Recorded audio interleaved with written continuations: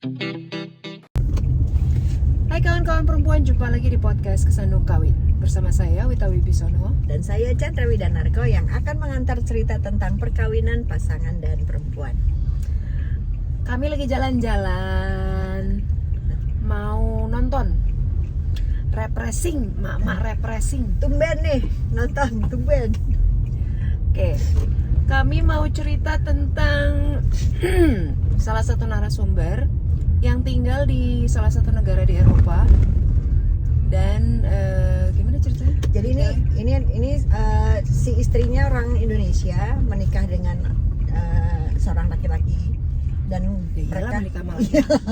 terus akhirnya mereka tinggal pindah, dia juga pindah ke warga negara dan mereka tinggal di Eropa. Nah terus si hubungan mereka baik-baik aja, mereka punya 2 anak. Terus Menikah 20 tahun. Menikah sudah 20 tahun dan si suami itu orang yang sangat halus gitu, orang itu baik, halus gitu. Dan bahasa Indonesianya bagus. Jadi dan si istrinya pun menguasai 4 atau 5 bahasa lah. Jadi mereka emang penyuka bahasa. Ini bisa pakai ini enggak? Enggak bisa. Selamat datang. Lalu kemudian si suaminya tiba-tiba sekitar 3 tahunan lalu itu mulai sering menceritakan salah satu anak buahnya perempuan. Terus diceritain dia hampir tiap hari ada aja. Ini gitu. Ada parkir. Oh iya. Tapi jangan ada hujan ya.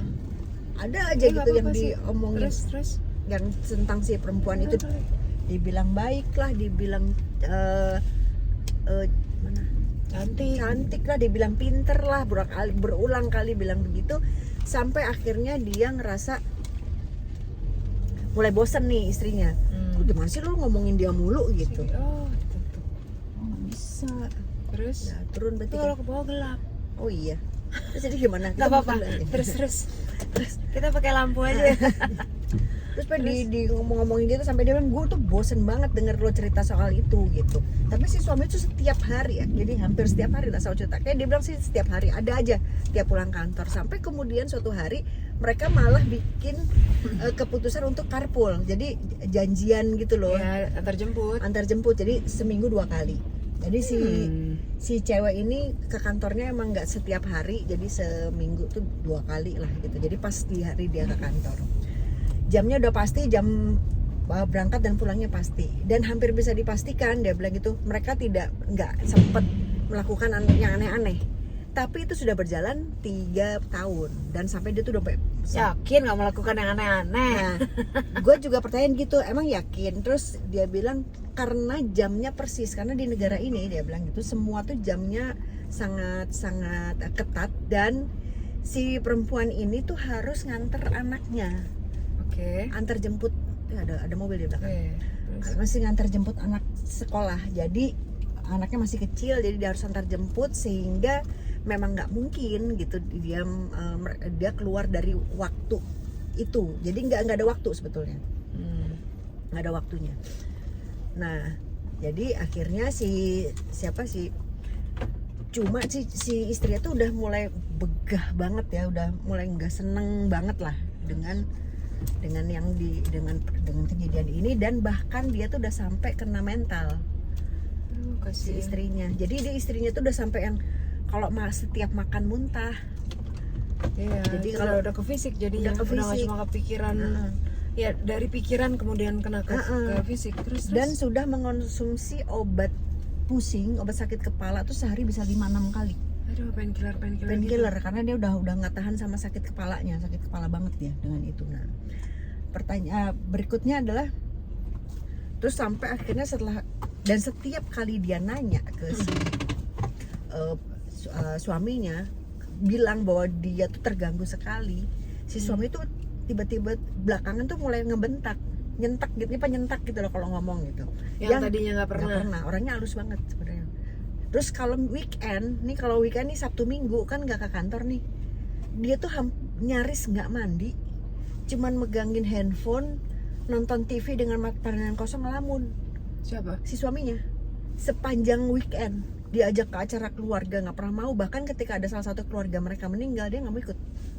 dia di rumah aja, dan waktu istrinya berangkat pas istrinya pulang suaminya masih di tempat yang sama, belum mandi belum apa, dan ngelamun Karena nggak jelas. kepikiran tuh perempuan Mungkin. atau dia kepikiran karena istrinya kemudian kena sakit-sakitan gitu. Kalau kepikiran istrinya sakit-sakitan, semestinya kan dia ngajak istrinya ke dokter, gitu. Atau ini enggak. Nah terus, tapi setiap kali udah hari Minggu sore atau menjelang Senin itu semangat banget dia, langsung gembira lagi gitu lah, gitulah. Lama-lama dia capek. Nah si istri ini punya sahabat laki. Nah sebetulnya dia menganggap sahabat, tapi si sahabatnya itu sebenarnya udah cinta sama dia gitu. Nah dia sendiri sih biasa ya, sayang, tapi ya udah, tapi ya saling sangat tahu lah. Ya, tapi kan itu bukan sahabat. Nah ya kira-kira gitu ya.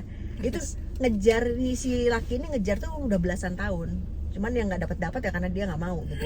Terus si istri ini bilang, sebenarnya tuh yang deketin gue banyak, cuman gue itu udah modenya tuh mode bodoh amat, itu nggak mau gitu loh. Jadi dia sangat kecewa ketika si suaminya kok gitu.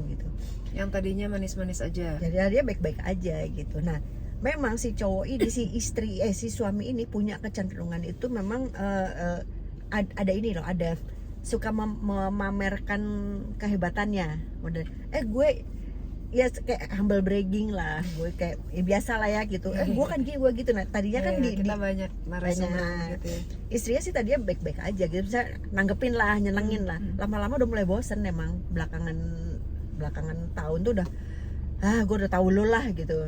Dan suaminya itu kalau misalnya lagi bertamu ke tetangga apa kemana gitu, lagi ngobrol, kalau si istrinya ngomong sesuatu itu pasti dinegasi sama sama si suaminya, dan itu emang udah kebiasaan dia gitu.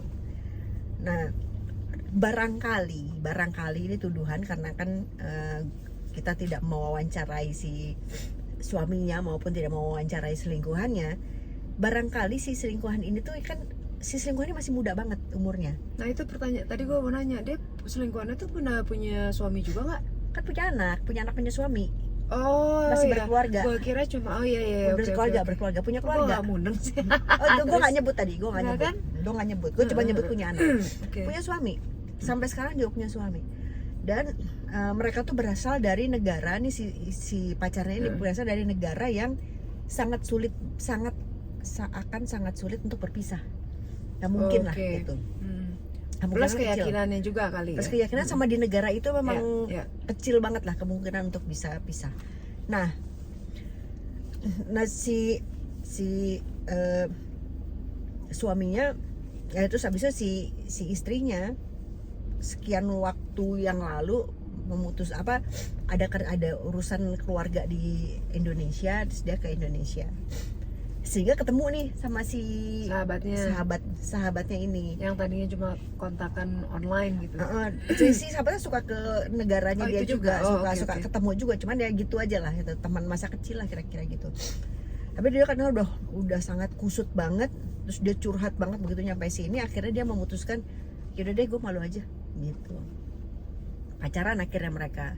Tapi pacaran pun dia nggak berani ngapa-ngapain gitu, karena dia masih ngerasa gue belum bisa ngapa-ngapain nih, karena gue masih punya status. Tapi dia juga kayaknya udah nggak bisa nerusin sama si suaminya gitu, sama suaminya yang di Eropa itu gitu.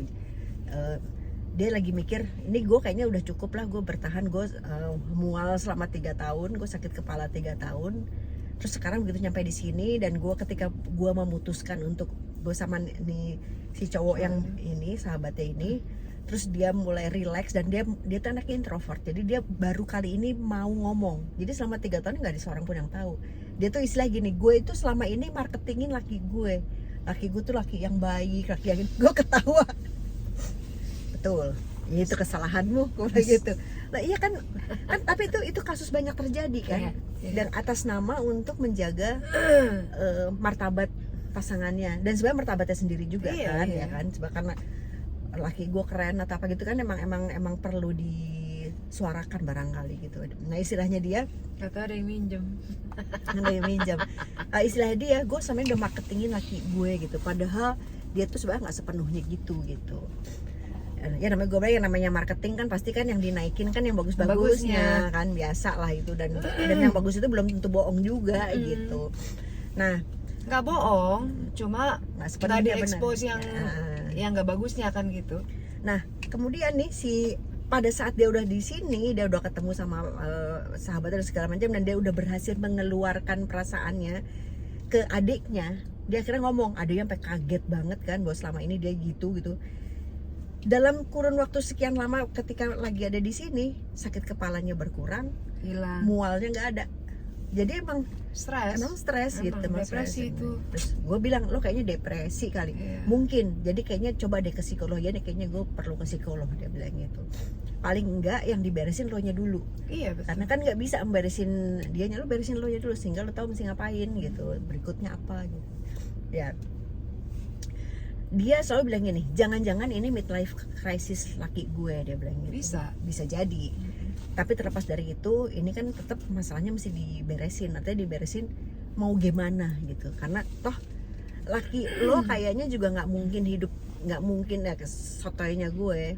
Barangkali dia nggak bisa hidup tanpa lo, karena belum tentu dia bisa pisah sama lo. Satu itu, kedua belum tentu dia mau juga sebenarnya hidup dengan si perempuan itu. Orang masih berkeluarga kok. Satu itu, kedua kalaupun iya terjadi dia mau pisah, belum tentu itu yang dia mau. Iya. Karena biasanya kan emang selain midlife crisis ya, pernikahan di atas banyak terjadi kan di narasumber kita antara 20 sampai 25 tahun tuh. 20 apa 25 apa 27 ya, round segitu. Itu problemnya banyak banget justru. Pernikahan yang badai baru ya. Badainya lebih dahsyat lagi sebenarnya daripada badai-badai di pernikahan 5 tahun, 10 tahun kan gitu kan ya. Dan kalau mau ngomongin midlife crisis juga, sebenarnya kalau lo punya level kesadaran yang tinggi dan dibicarain berdua, itu midlife crisis itu bisa diatasi berdua. Iya, karena memang mesti berdua sih. Emang berdua, karena nggak ya, tapi ya kalau salah satu lengah atau apalagi dua-duanya lengah, ya itu yang terjadi biasanya. Udah terlalu ada di zona nyaman. Iya. Bener nggak? Jadi memang kadang-kadang gini, taken for granted. Kayak misalnya gini, misalnya lakinya punya kebiasaan tertentu yang perempuan, yang si istrinya nggak suka gitu, tapi itu nggak dibicarakan. Tapi begitu dia udah bosen gitu, udah males gue nanggepinnya gitu. Si laki ngerasa kok gue nggak dapet.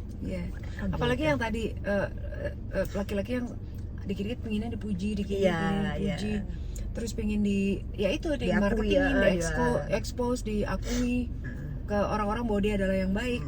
Begitu istrinya stop, dia nyari orang lain yang memuja dia. Dia butuh dipuja, butuh di pampers.